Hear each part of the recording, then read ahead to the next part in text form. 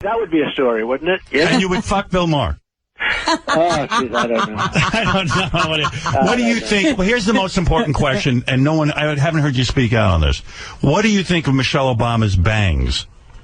I think she's nice. Look, I think she's a good woman. I think she's really in there pitching. I do, too. I think she's with him. It doesn't matter, her bangs. I think her bangs are nice. But I think she's a woman that's really in there pitching for her husband, and I like that because I see a lot of people, husbands, male and female, that don't pitch for each other. She's in there pitching for her husband. She's working hard. I see her on the shows. Romney should have been out there like Obama was out there. And by the way, I thought Ann Romney actually did a very good job. She was doing better than Romney.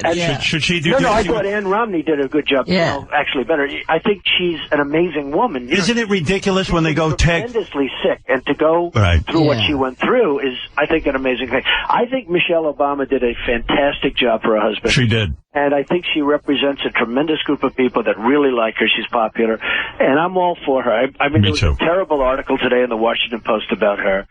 And I think it was disgraceful that they were able to. What was the rap against her? They talked about her looks. Really? In a very unflattering way. And I thought it was disgusting.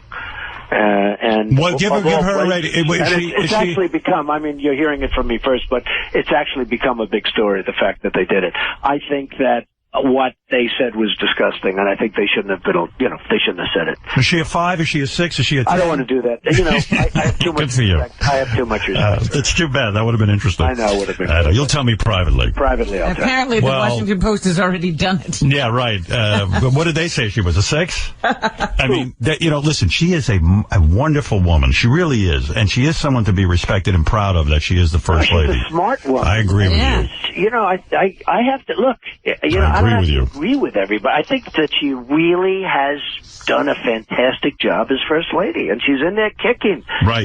She's in there doing things, unlike some people. They sit on their ass, they do nothing, right? Listen, I have a whole staff of... we have many. I have many, many people, thousands of them like that, too. All right. Listen, we love you. We could talk all day. Donald Trump all day, anytime you want. I just heard you were sort of complaining. You've been saying it for a while. What happened with us and Donald? I was inundated with my friends, because I do listen all the time, and my friends were calling me saying, Howard's complaining. You don't call him anymore. I said, wait a minute. Why don't they just call me and I'll go on? You're absolutely right. It is our fault. I feel stupid calling you. Oh, Howard, it's Donald. I want to go on. It's not my thing. I always like to play a little bit hard to get, right? You're very right. I said to Gary the other day, I said, it is incumbent upon us to call Donald Trump if we want him on. And what didn't happen. Anytime you want. But all right. Thank you. Did we talk about gun control? Where is he on that? Well, I think this. I mean, to me, it's if you notice, the Democrats are really folding on that issue, because you'll have women saying, well, what happens if a man comes in with a gun and I don't have a gun? I mean, if the bad guys don't have guns, that's one thing, but one thing for sure, the bad guys are going to have the guns. Right. And you need a gun on the other side of the table. If somebody's pointing a gun at you, at least you have a chance. So I think guns are it's a very, very difficult subject, but you need guns for protection. No regulations whatsoever? I am a Second Amendment maven, and frankly, you have medical problems. We have to focus on that. I think focusing on past records and all is very appropriate, but I'm a Second Amendment maven. Hey, do you think we should blow up North Korea?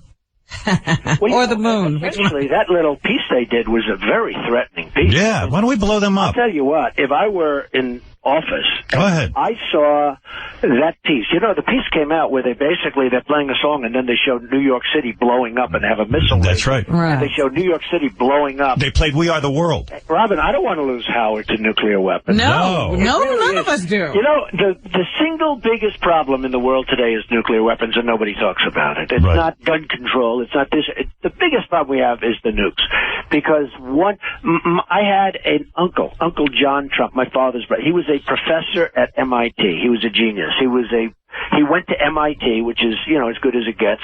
His IQ was ridiculous. He was a total genius. And he told me years ago, 35 years ago, that, Donald, someday somebody in a little suitcase, like a little briefcase, could put it in the middle of Manhattan and blow up. So what do we do, though? How do we get rid of the nukes with you're these going to guys? have to do something because, when you see a whack job, like, I assume the son is at least partially wacky like the father. Oh, he's got to be totally Yeah, they got to all be crazy. When you see a whack job like that, who really they don't care for life, that's the problem with the enemy. We used to fight an enemy that had a uniform. We knew who we would fight. Right. Today we fight people, they come out of nowhere. They don't wear uniforms.